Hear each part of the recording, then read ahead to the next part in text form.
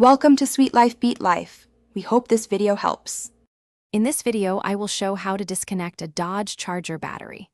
Start by parking on level ground and engaging the parking brake, then remove the key and turn off all electronics.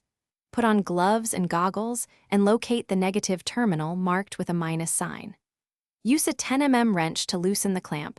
Remove the negative cable first, then the positive, and secure cables away from the battery posts.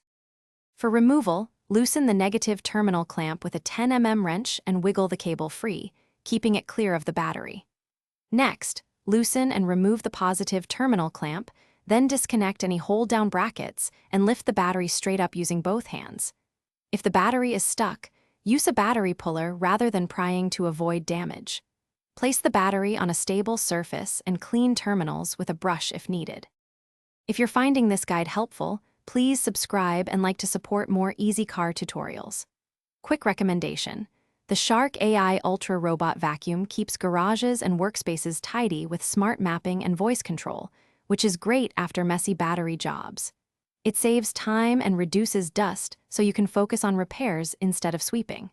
Check the description for the link and other deals. Now let's get back to the video.